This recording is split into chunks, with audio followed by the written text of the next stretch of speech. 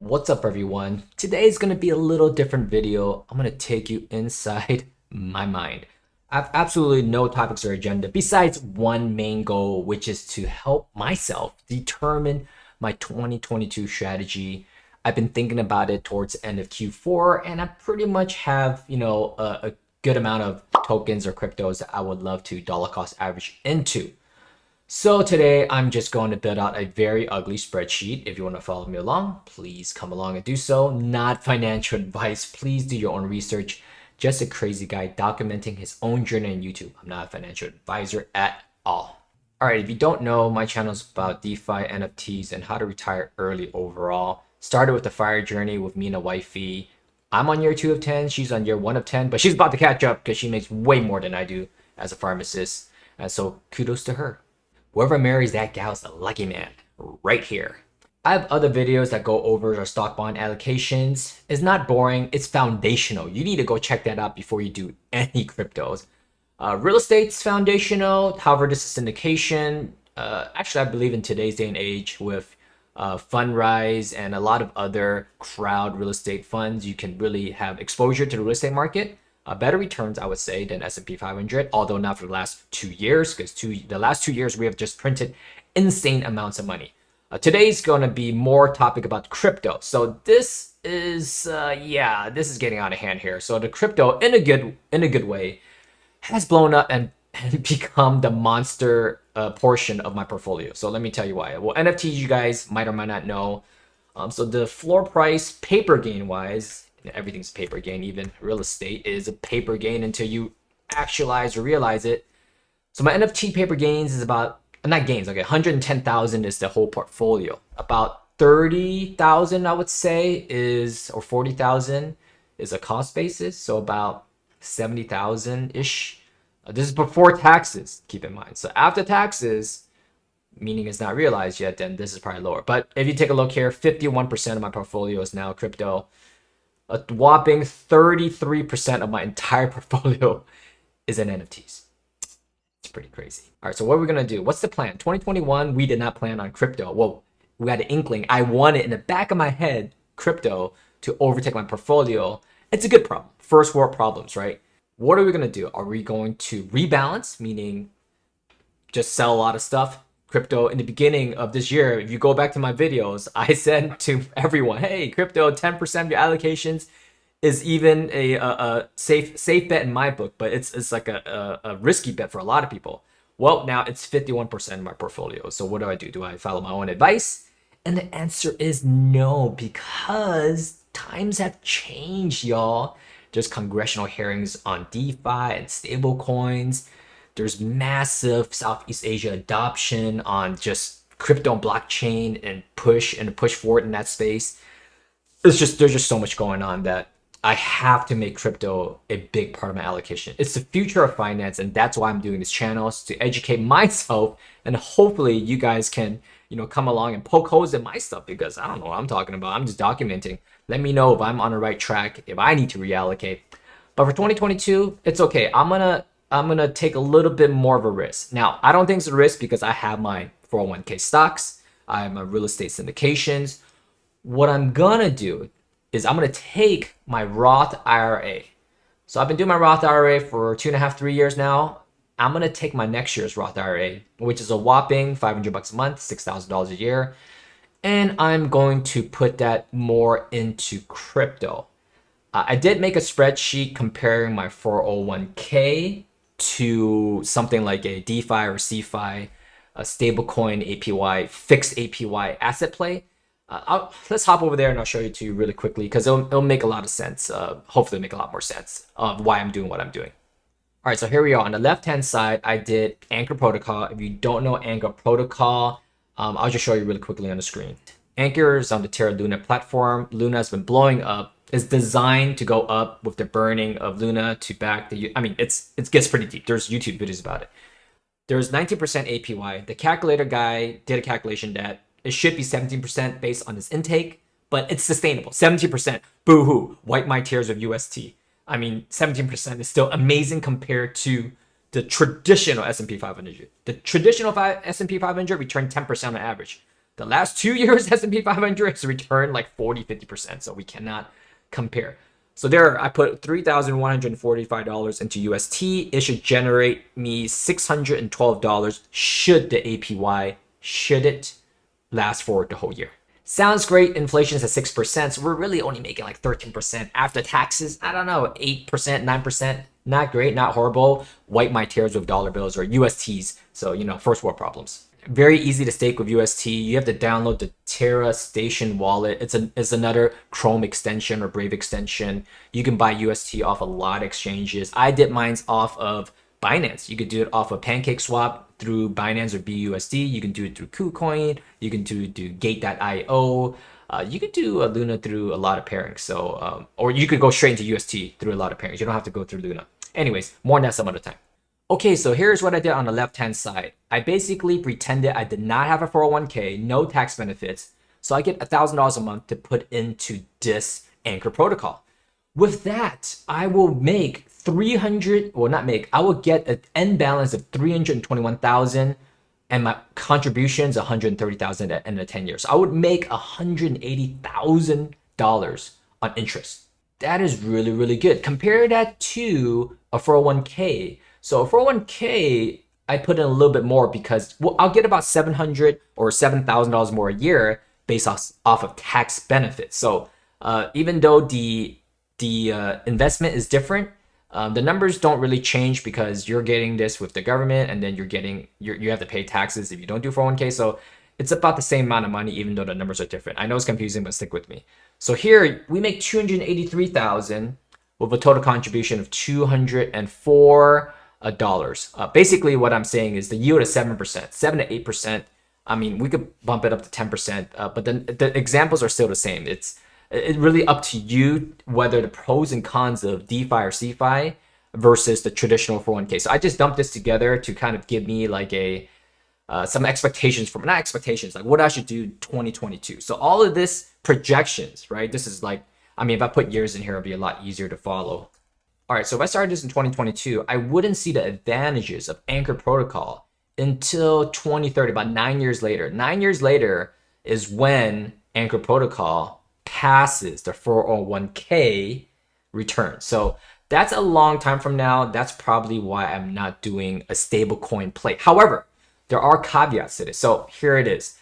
If you do DeFi, if you are measuring out in longer terms, and we don't know how much longer you'll get 19% returns, although I think it's pretty likely that you'll find plays for 20% or more in the farming pools and regular pools, but it's really difficult stuff, right? But this is a small sample size, even though it doesn't sound like it, because 10 years in crypto sounds like a lifetime, right?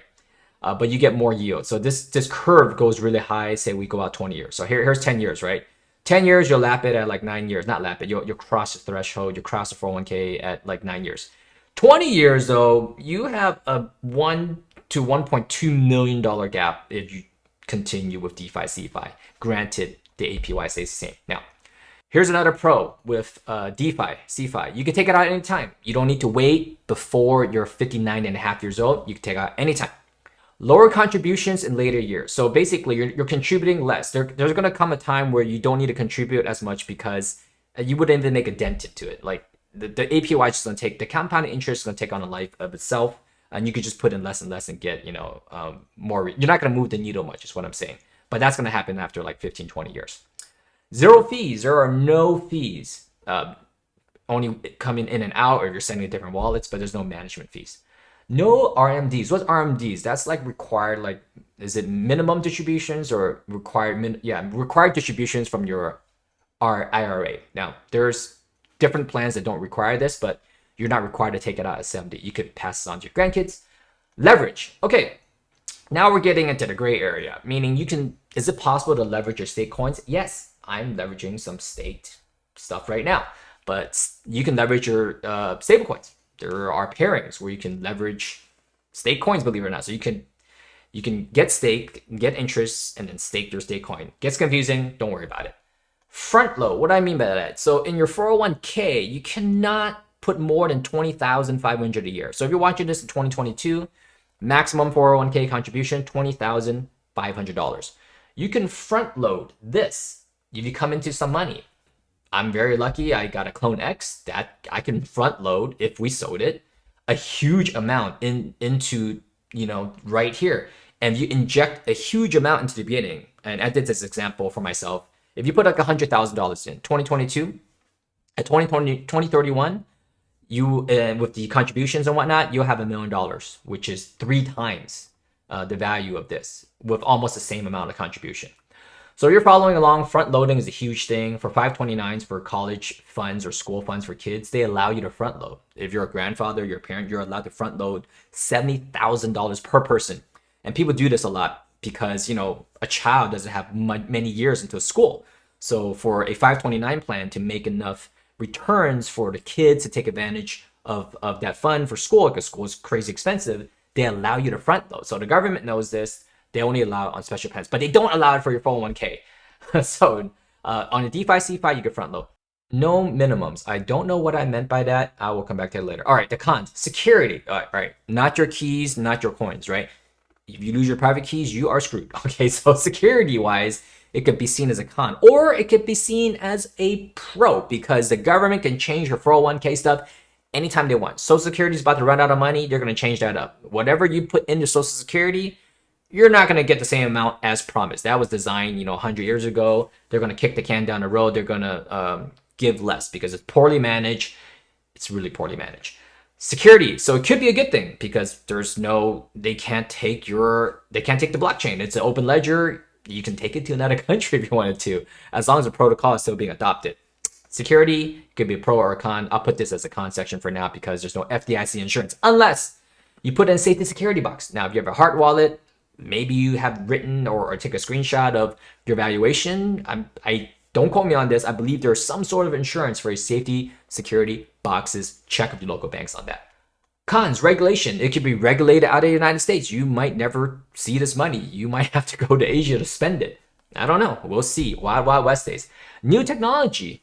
Stablecoins might be a thing of the past. Bitcoin was an experiment. It's a very good experiment, but it's still an experiment. Some people still think Bitcoin's a Ponzi scheme. There could be open ledger, advanced technology 5 years down the road. We don't know if stablecoin is going to last.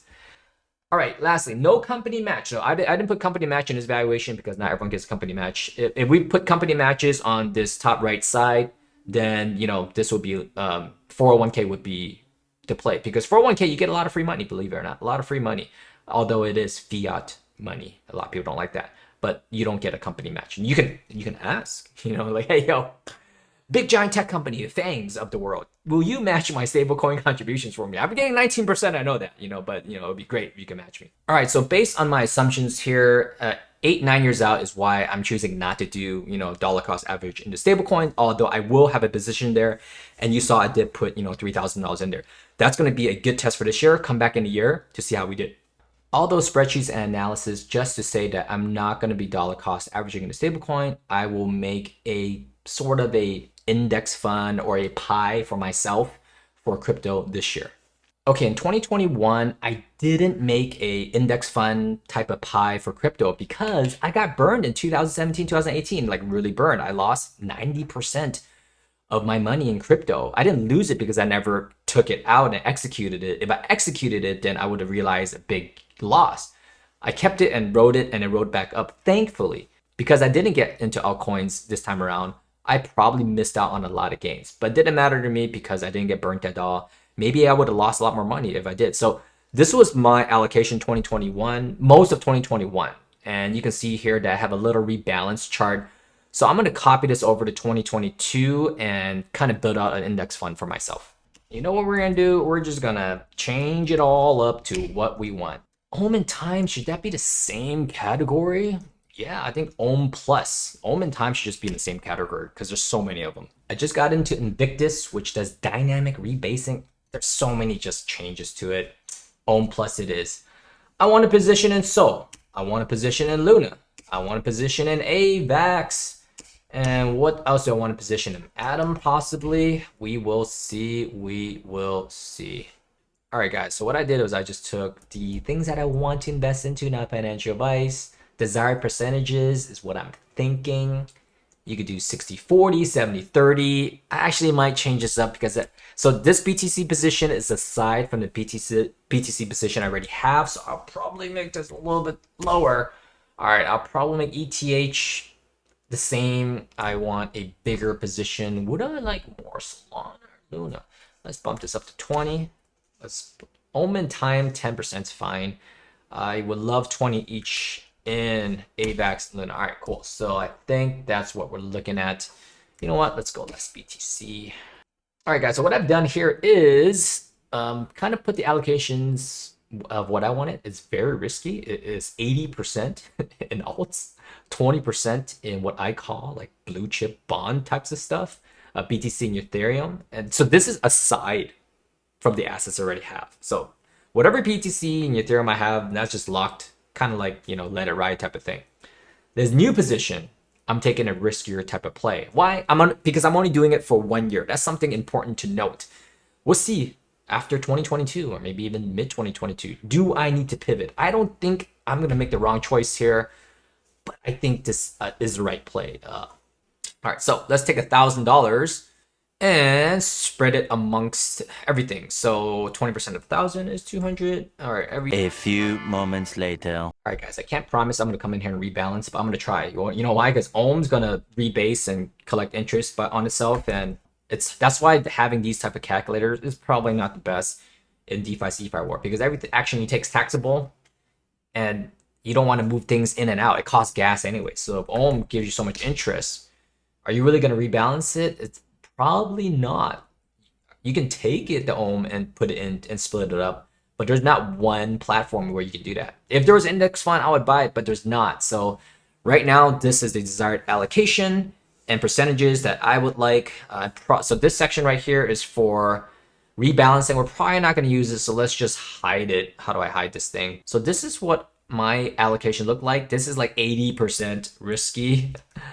I wouldn't say risk, you know, relatively. And then it's like safe. So if you're just starting off, you probably want to do the opposite, which is, you know, 80% BTC Ethereum, 20% all the altcoins to start. Now, I already did that last year, so I am relatively safer. So I'm going to try to go for a single or double this year around.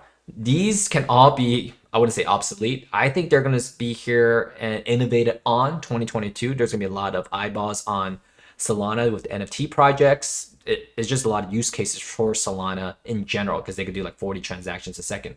Luna, the stablecoin of the world, Korea is already using it in stores through the Chia platform. They're already, in the United States, you can't do that. Southeast Asia is leaps and bounds ahead of America in terms of blockchain technology and adoption.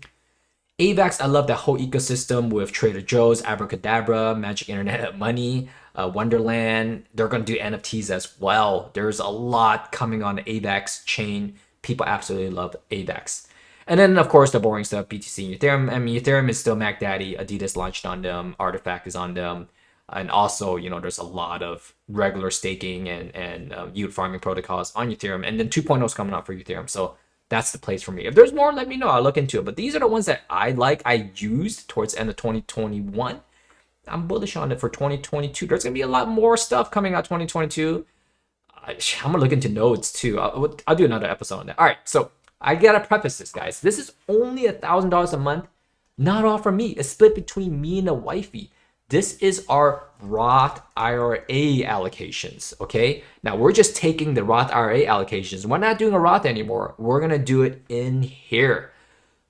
2022, 1 year, we'll see how it goes. If it doesn't go well, we can always go back to the boring Roth IRA, which is just index funds, REITs, and bonds. Okay, I lied. No bonds. I don't know why I throw that word in there so much. I just do 100% stock allocation. That's just my play. What you see here is my projections for my F.I.R.E plan for my 10-year journey. And I know I'm being a dead horse, and I say this over and over again, but don't do crypto NFTs until you got, you know, your foundation. And my foundation's pretty set before I got into everything else. 401k, I'm not touching that. That's the same. I get a lot of tax. I make $7,000 off of tax credits, not tax credits, but free taxable income that's not taxed anymore through 401k and company matching. So I would need a 50 to 70% return on investment for me to not even do 401k. Now that does exist in DeFi and CeFi, but we're not doing that. We're not touching that. Our real estate projections, I'm going to update this at the end as well. Make sure you have some diversity. You know, you can do Fundrise, you can do, you know, there's a lot of crowdfunding, you know, start house hacking. There's a lot of opportunities there. Roth IRA. So this little itty bitty $500 a month, I'm gonna change it to crypto. Now that's just me. That should not be your plan. If you want to be safe, stick with Roth IRAs. Stock market has historically gone up through the history of mankind, so you can stick with that. All right, guys, I completely forgot about my crypto allocations. Why? Because for 2021, I front loaded it. I put probably a year or two's worth of investment into crypto early in 2021. So in 2022, I revisit this. I front loaded enough for 2 years. Maybe I won't do anything for 2022. But with extra money, we'll put it into the chart that I just showed you, which is the Roth IRA now crypto allocation chart. So there's nothing going to change. The percentage is going to be the same. If I do decide, I'll let you guys know. I'll update the spreadsheet and I'll put $800 more. So instead of, you know, $1,000 a month, it will be $1,800 a month. And also the wifey has crypto allocations as well. So that's going to be a lot higher. Ooh, 2022 is going to be a fun year, guys. It's going to be a fun year. What I'm trying to say is that if this one block here, and not the full block, just 1 year, completely goes to zero, I'm going to be okay because I still have my Fidelity Roth IRA. I just took 1 year out of it to play with in 2022. Hopefully that makes sense to you guys. I'm not like, you know, throwing in every single chip or bag that I have. I'm just testing the waters a little bit more in 2022. In 2021, I did the same thing. I tested the waters and it paid out dividends. In 2022, I'm going to do the same. And you might hear me say this repetitively. 2023, maybe we'll take the 401k over. We don't know what it's going to be then. Just be very safe out there. Don't follow anyone's advice. But like you see someone like, oh, I'm going to do this into, you know, into the crypto, but you don't know the full picture. That guy's making $8,000 a month in yield or staking. I know a lot of people doing that. So when you hear someone do something, make sure you just don't jump in blindly. Make sure you do your own research. Like I said, tune in next week because I'm going to update this. We already hit our 2022 paper projections. So we're going to have to change these goals. You can't leave the goals the same. And that's a good thing. We're still on track, you know, for our projection based off of my old FIRE plan, which has morphed and evolved through the last 2 years. I sound like a dinosaur, but it's only been 2.5, 3 years for my FIRE journey. But we already hit 2022 and 2021. I guess next year we're going to look to tackle 2023, but no, we're going to make a new goal for 2022 because we can't just, you know, sandbag and just coast the whole way for 2022. We're going to have to change that goal up. We're called Real Talk FIRE here. I keep it real. If there's some NFT millionaires, I would love to meet. I am not one of those guys. I got a lot of paper gains. People think they're on my Instagram. They're like, oh, Joe, you're making $10,000 a day on NFTs. It's like, no, I'm not. It's called marketing. I'm posting, you know, little things that I win in Mickey Mouse for $300. That's not $10,000 a day. And I'm not even selling a Mickey Mouse. That Mickey Mouse cost me $50 after taxes, after cost. People don't think about these things. It's not that much money. There's people making tons of money just working at a regular job. This is fun for me. I love it. I love documenting this stuff. I love bridging, you know, traditional finance with new finance. And if you want real stuff, you know, here it is. Come here. I'm going to show you the real numbers. I'm not faking anything. Everything's a paper gain until you realize it. And after you realize, you got to pay the taxes on it. You know why? Because the IRS is listening in. You hear that tapping sound? They listen in to everything. And that's my investing strategy for 2022. 401k staying the same. Roth IRA is changing. Crypto allocations changing. And then my crypto balancing is a little bit different as well. Before I used to be very heavy into Bitcoin and Ethereum. Now I'm changing it up. 80% altcoins, 20% into Bitcoin. But the key thing is the dollar cost average. I mean, I did this on my other video about geom and time, but those plays, you really got a dollar cost average in. That's the play. Everything's an experiment, and I want to be part of that experiment. Bitcoin's an experiment. I want to be a part of that experiment. NFTs are an experiment. I want a little exposure there. What I'm going to do is I have to reduce my exposure and risk in NFTs because it's become 23% of my portfolio. So I said I need to scale back. But instead of scaling back, it just ballooned up to a really high level. So I'm gonna figure that out. I'm gonna look into where I can carve some pieces out and take some risk money out and go celebrate. You gotta celebrate. You can't just spend all this time collecting NFTs and not enjoying the fruits of the labor. So I will do that. I don't know what it is, but I'm gonna have the couples money date soon with the wifey. I'm actually need to pitch her this idea because I need to talk to my significant other. I can't just take her money and just do it without her permission. Although I have been doing that, and thankfully so, because she's doing really well. But honestly, I do talk with my fiance and future wife every single month about our finances, so she knows exactly what I'm putting my money into. And 90% of the time, I don't do it without asking her. Only 10% of the time, I need to pull a trigger on something. I'll pull a trigger and then let her know. But I built enough credit and results to where she trusts me. So it's something earned every day. I cannot express this enough. You need to communicate about this with your significant other. I definitely don't have price projections for you. We can go back in history and look. But if you dollar cost average Bitcoin, if you dollar cost average Ethereum, you'll be doing okay. And that goes for the same for any long lasting project. So if you dollar cost average even Ohm, you've been doing really well with time, really, really well. We don't know if those long lasting, but I think dollar cost average are plays and stablecoin plays. I put that in the same realm as stablecoins, reserve currency. For altcoins that I'm in, there's a lot of utilization, a lot of farming and pooling techniques. So for those, I'm a dollar cost average in as well, because I don't really care about the value of the token like AVAX or Luna or Solana, because I'm moving those things around. I'm moving them into NFTs. I'm moving them into farmings and pools and stablecoins. So that's kind of like the play I'm doing. I'm not. There's no price projection. I don't care. Luna's at $100 right now, all time high. I could care less because I have a small position, but I'm using it for other stuff. If you're not using it, you're looking at it just for it to make money. Sure, you can do that. You can gamble on that, but who knows what's gonna happen? It can go up and drop down 90%. But if you are utilizing it to help you create wealth or to leverage to another point, utilizing things that you're gonna do, Luna's gonna have NFTs. And that's a space that I love and I'm enjoying. So I'm gonna be in there because of that. Just invest in the cryptos that you find utilization for. And I think that's something very, very important. I don't do price projections, but you know what I do? Quarterly reviews on my NFTs and also my FIRE journey. So you come back there, you can see how I'm doing, how the portfolio is doing, and you can see if the decisions I made were great or not. If you watched this far, then comment down below. I want my NFT. I'm going to pick a lucky winner to win an NFT.